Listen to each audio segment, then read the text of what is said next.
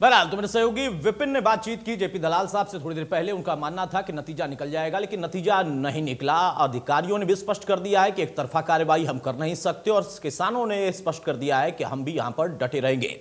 हमारे साथ प्रदेश अध्यक्ष बीजेपी के ओम प्रकाश धनखड़ साहब जुड़ चुके हैं। बहुत स्वागत है धनखड़ साहब आपका इंडिया न्यूज हरियाणा पर।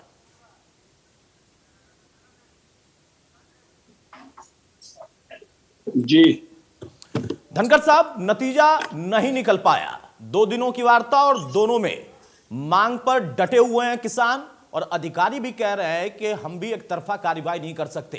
बात बन नहीं पा रही है।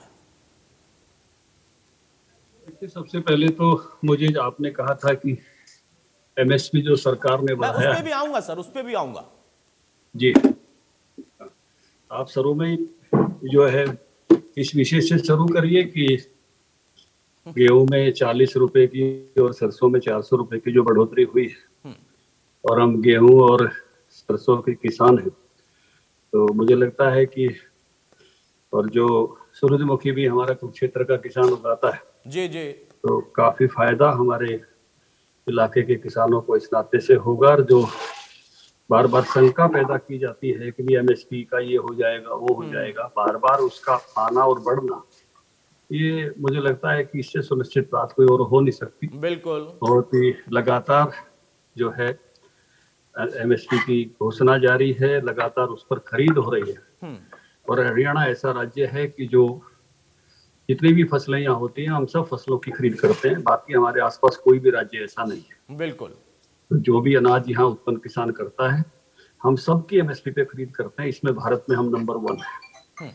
ये एक बहुत ही बेहतरी की बात है। हमने इस रिवायत को शुरू किया है, और सरकार का उस प्रकार का पैसा, अभी बाजरा की खरीद आएगी, 2250 रुपए हम खरीदेंगे। हमारे पड़ोसी राजस्थान जैसे राज्य में पिछली बार तो 1000 रुपया प्रति क्विंटल किसानों का नुकसान हो रहा था। बड़ी डिस्ट्रेस सेल वहां हुई थी। इस बार अगर कुछ किसान जत्थेबंदियां वहां मुद्दा उठा के खरीद करा सके जी, तो बड़ी अच्छी बात होगी। मक्का की फसल भी पंजाब में काफी होती है, कभी पंजाब मक्का की खरीद करता नहीं है। उस प्रकार से वहां खरीद हो तो उनके लिए भी अच्छा होगा, क्योंकि केवल केंद्र की गेहूं और धान की खरीद के अलावा जिन खरीदों में राज्य सरकारों को आना है, क्योंकि सूरजमुखी भी हम खरीदते हैं तो केंद्र सरकार का हिस्सा कभी 25%, कभी 50% रहता है, बाकी हम खरीदते हैं पीएचएफ स्कीम में एडिशन करके। तो सबसे बेहतर खरीद वाले राज्य हम हैं।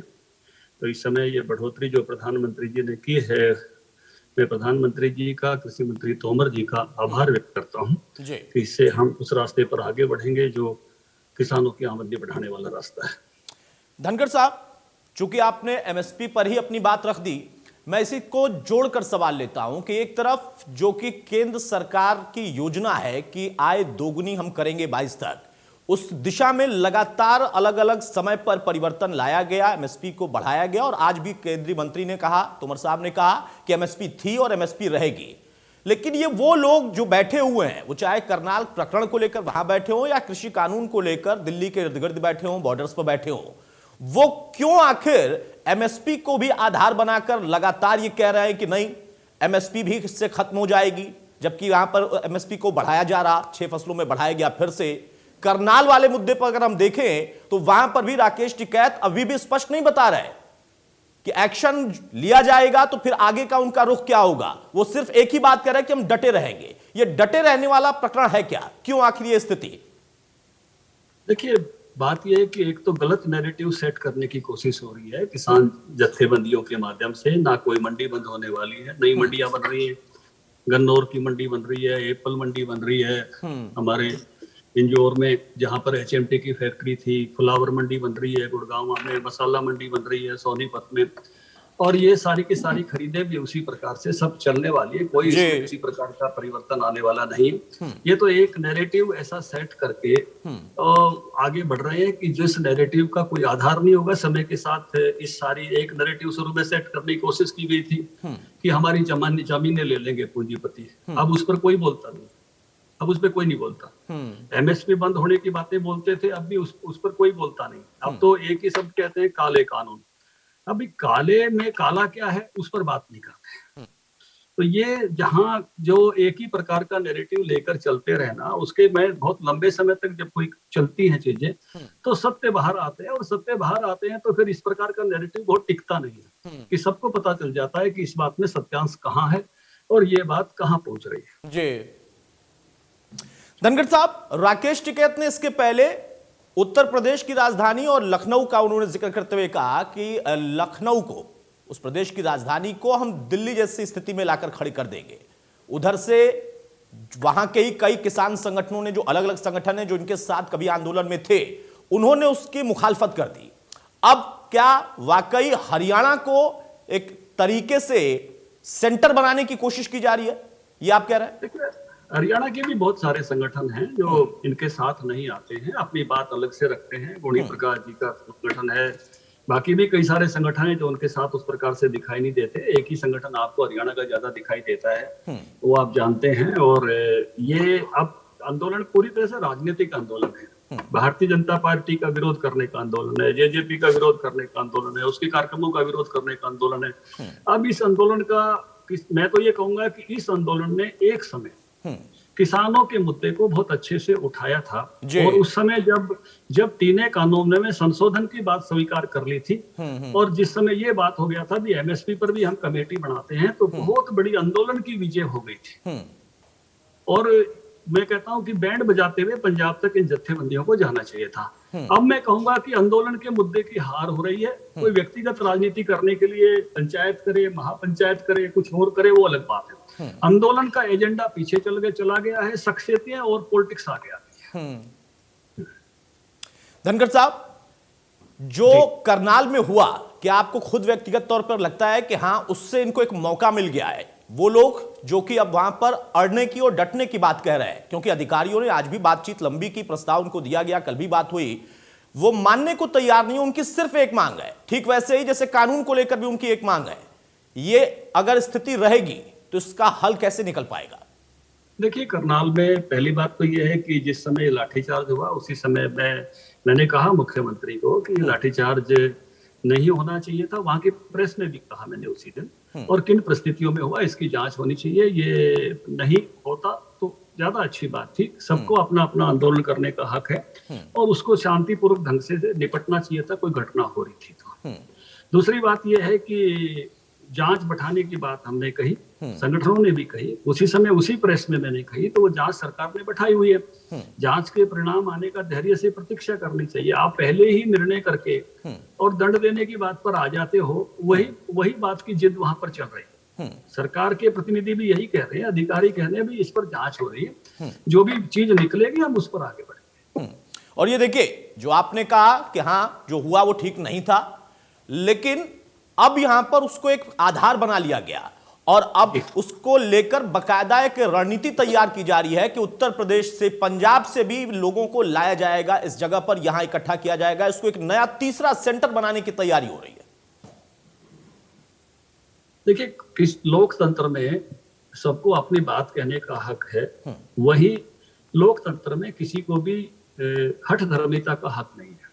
लोकतंत्र का यही सौंदर्य है जी। सबको अपने अपनी बात कहने का हक है, और सबकी बात हो जाने के बाद जिस तरफ चीजें जाती हैं, सच्चाई जाती है, उस तरफ निर्णय जाया करते हैं। सरकार ने जांच कमेटी बना दी है, किसी की गलतियां मिलती हैं तो निश्चित रूप से सरकार उन सब गलतियों को देखने वाली है, लेकिन इसी हठधर्मिता ने आंदोलन का नुकसान किया है। जब सुधारों की बात हो रही थी तो सुधार मानने चाहिए थे, जब कमेटी की बात हो रही थी एमएसपी पे माननी चाहिए थी। हम नहीं मानेंगे तो हठधर्मिता कहीं ना कहीं चीजों को रोकती भी है, और किसान संगठनों के लोगों को इसको समझना चाहिए। वहां किसान संगठनों के आंदोलन जिस मुद्दे को लेकर आया था, उस मुद्दे का वहां नुकसान हो चुका है। और ये हठधर्मिता जो है वो कहीं ना कहीं हमेशा हर संगठन को ही कहीं ना कहीं वीक किया करती है, कमजोर किया करती है।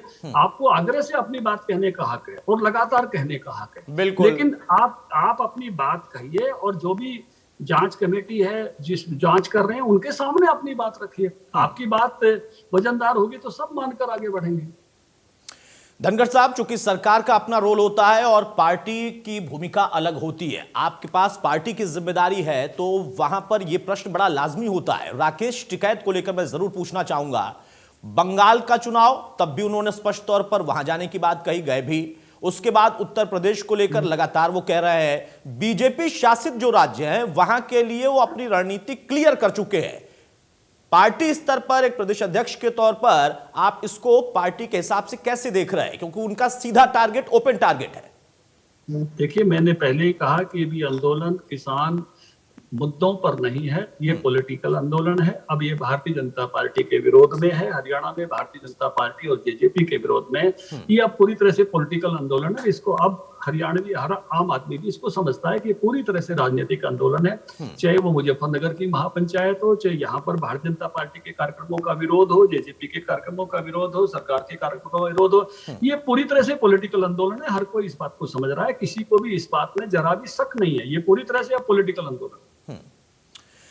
ठीक है धनखड़ साहब, अब एमएसपी को लेकर मैं सवाल फिर से शुरू कर रहा हूं। जैसा आपने कहा कि जो एमएसपी बढ़ाई गई उसका बहुत बड़ा फायदा खास तौर से और वहां उसका लाभ वाकई किसान को मिलेगा, लेकिन किस तरीके से उसको देखते हैं पूरे देश के हिसाब से, क्योंकि अभी से इसको जोड़ा जाने लगा कि आंदोलन, लेकिन वाकई एक किसान के हिसाब से ये कितना फायदेमंद है उसके लिए? देखिए, अगर आप इसको देखेंगे तो बीजेपी सरकार आने के बाद लगातार इस प्रकार की बढ़ोतरी हो रही है। ये ऐसा नहीं है कांग्रेस के जमाने में 5 रुपए बढ़ा दिए, कभी 1 रुपया बढ़ा दिया, चुनाव आया तो 50 रुपए बढ़ा दिए।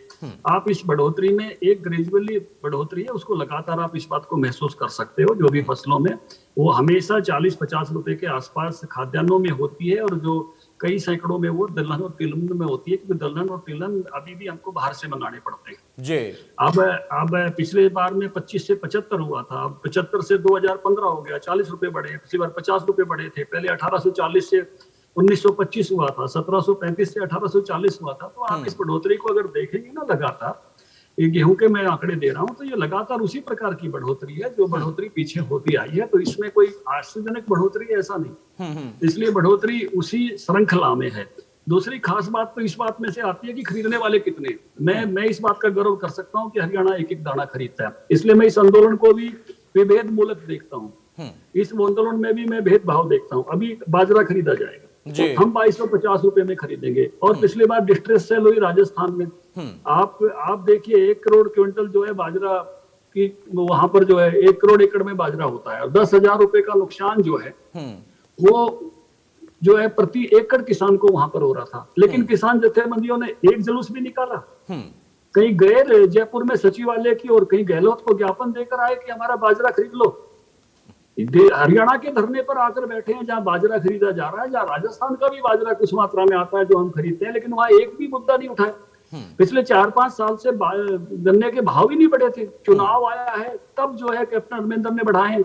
वहां की जत्थेबंदियां, राज्यपाल जी, दर्शनपाल क्या करते हैं वहां? कौन से किसान राजनीति करते हैं साहब? इतने सालों से गन्ने का किसान वहां जो है इस प्रकार के उसका शोषण हो रहा था, एक शब्द भी आपने कोई बयान बताइए साहब। और अब लड्डू खिलाने चल पड़े चुनावी साल में जब उन्हें बढ़ाया। तो आप देख रहे हैं सारी चीजों को, एक एक चीज सबके ध्यान में उस प्रकार से आती है कि ये किस प्रकार का विभेद मूलक किसान आंदोलन है। अभी 8,000 रुपए मुआवजा है, हमारे यहाँ 12,000 है। कराओ ना 12,000 पंजाब में। फसल बीमा लागू नहीं है, 4,000 करोड़ रुपए हरियाणा के किसानों को जा चुका है, दिलाओ पंजाब के किसानों को। तो एक एक करके जैसी चीजें दूसरे अड़ोस पड़ोस के राज्य में किसान जत्थेबंदियों ने करानी चाहिए। यहाँ आकर आंदोलन कर रहे हैं, प्योर पॉलिटिकल आंदोलन कर रहे हैं, जहां पर किसानों को वास्तव में जरूरत है वहां जा नहीं रहे हैं। तो जिस प्रकार की अभी जरूरत है ना खरीद की, अभी खरीद की फसलें खरीदी जाएंगी, बाजरा खरीदा जाएगा, वहां दिखना चाहिए इनको कि खरीद कर आए वहां जाकर आंदोलन पूरे प्रदेश। लेकिन धनखड़ साहब, इसी बीच में हुड्डा साहब ने सलाह दी है कि सरकार को नतीजा निकलवाना चाहिए, करनाल के मामले का भी और कृषि कानून का भी। उधर ओपी चौटाला साहब ने कहा है कि इनेलो ही है जो कि असली किसान हितैषी पार्टी है, ये नहीं है। देखिए, इनेलो को भी लोगों ने देखा हुआ है, बाकी राज्यों को भी देखा, सरकारों को देखा हुआ है। किसान हितैषी दावा करने वाले बहुत हैं, लेकिन 50% प्रॉफिट के साथ फसलों का दाम देने वाली कोई पार्टी है तो भारतीय जनता पार्टी। दावा करने वाले बहुत है, 6,000 रुपए किसानों के खाते में डायरेक्ट देने वाली कोई पार्टी है तो भारतीय जनता पार्टी। फसल बीमा भारतीय जनता पार्टी लाने वाली पार्टी है। किसान नेता के नाम के दावे करने वाले बहुत लोग रहे, लेकिन कंपैरिजन करके किसान नेता के नाते इन्होंने क्या क्या किया है और हो क्या रहा है ये देखना चाहिए ना। ये सब चीजें जो मैं आपको बता रहा हूं, ये इनकी सरकारें थी, क्या सारी फसलें खरीदते थे उस समय? भारतीय जनता पार्टी की सरकार जो सारी फसलें खरीद रही है, ना कांग्रेस के समय खरीदी गई, ना इंडियन लोकदल के समय में खरीदी गई। तो आप एक कंपैरिजन करिए कि कौन किसने क्या किया है।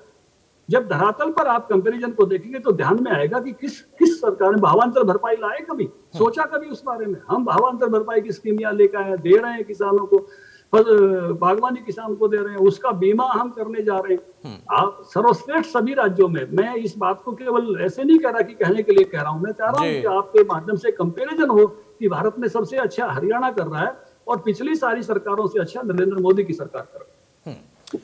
धनखड़ साहब, लेकिन राजनीतिक तौर पर चुनौती आपको खुद भी महसूस हो रही है, क्योंकि पूरे देश में इस चीज को लेकर हवा बनाई जा रही है। पूरे देश में यह कहा जा रहा है कि ऐसा बहुत लंबे समय के बाद हुआ है जब किसान खुद खड़ा हो गया है और सरकार के ऊपर वो लगातार इतना दबाव बना रहा है कि अपने आप में चुनावी दौर में बहुत बड़ा मुद्दा हो जाएगा। देखिए, कुछ लोग जो पहले से जिन्होंने अपने राजनीतिक अस्तित्व को आजमाया हुआ है, टिकैत साहब भी कई चुनाव लड़े हैं, चरौड़ी भी चुनाव लड़े हैं, बाकी भी कई लोग चुनाव लड़े हुए हैं, लोग इनको जानते हैं, इनके चुनाव परिणामों को जानते हैं। केवल मुद्दे के आधार पर आए, मुद्दे की सेवा नहीं हुई, जनधन की हानि हुई, केवल अपने व्यक्तिगत राजनीति को आगे बढ़ाने के काम पर आगे बढ़ रहे हैं। लोग सब समझते हैं राजनीति की तरह होती है, हर कोई व्यक्ति राजनीति को समझता है। चुनाव है, वो राजनीति के स्वरूप के जो परिणाम आएंगे सबके सामने अभिव्यक्त करेंगे कि किसने किस चीज को कैसे लिया, परिणाम अंतिम बात होगी। राकेश टिकैत ये भी कह रहे हैं धनखड़ साहब कि जो यहां हमारी एक मांग है उसमें भी सरकार नहीं सुन रही, उल्टा अधिकारी को प्रमोट कर दिया गया। देखिए, जो विषय निश्चित रूप से जो जांच है वो जांच चल रही है, जांच में से कोई उसमें से दोषी पाया जाता है तो निश्चित रूप से सरकार अपनी कार्रवाई करेगी। सरकार इस मामले में बड़ी फेयर होकर चलती है। जब तक किसी की कोई दोषी नहीं पाया जाता तब तक उसके जितनी भी साधारण बातें हैं वो साधारण गति से चलती रहती है। इसलिए जांच के माध्यम से अगर ये कमी निकलती है तो निश्चित रूप से सरकार कार्रवाई करेगी। सरकार बड़े खुले मन से काम करती है। ठीक है धनखड़ साहब, आखिरी सवाल आपसे, एमएसपी को लेकर आप प्रदेशवासियों से, हमारे प्रदेश के इन किसानों से कुछ कहना चाहेंगे, कोई संदेश देना चाहेंगे, क्योंकि उनकी उम्मीदें और भी हैं।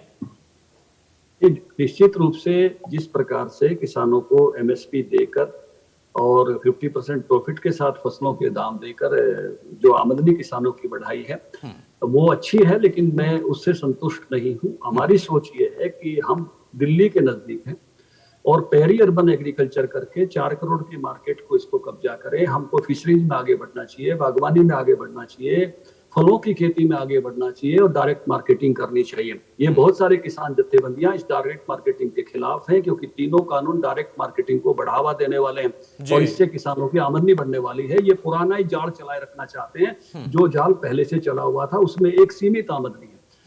किसान को बाजार भी चाहिए और सरकार भी चाहिए। सरकार जब चाहिए जब बाजार डाउन आ जाए तो एमएसपी पर हम खरीदें, लेकिन बाजार में अगर ज्यादा दाम मिलते हो जैसे अभी सरसों को मिले तो बाजार खुला होना चाहिए। बाजार के सारे रास्ते किसान के लिए खुलने चाहिए जैसे कॉटन में मिले। तो इस नाते से हम चाहते हैं कि बाजार भी खुले और सरकार भी साथ में खड़ी हो। दोनों के संतुलन से किसान का बेनिफिट होगा। अगर पुराने सिस्टम में बाधा रखा जैसे किसान जत्थेबंदियां इस आंदोलन में कर रही हैं तो उससे किसान की आमदनी एक सीमा से आगे नहीं जाएगी।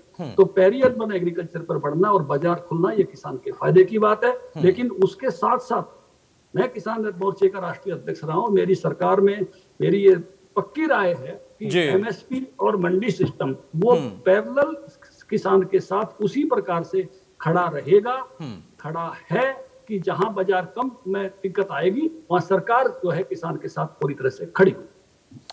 बहुत शुक्रिया ओम प्रकाश धनखड़ साहब हमारे साथ जुड़ने के लिए। तो प्रदेश अध्यक्ष बीजेपी ओम प्रकाश धनखड़ हमारे साथ थे। उनका स्पष्ट कहना है कि कुछ लोग हैं जो कि आंदोलन की मूल भावना के विपरीत काम कर रहे हैं और अगर यहां कोई घटना घटित हुई उसकी उन्होंने भी कही कि यह नहीं होने चाहिए थी और इस पर जांच चल रही है। जांच के बाद फैसला जरूर होगा, जिसकी गलती है उस पर एक्शन होगा। लेकिन उसी बीच में उन्होंने प्रधानमंत्री का भी शुक्रिया अदा किया, केंद्रीय कृषि मंत्री का भी शुक्रिया अदा किया कि एमएसपी में जो जिन फसलों पर बढ़ोतरी की गई है उसका वाकई लाभ किसानों को मिलेगा। नमस्कार।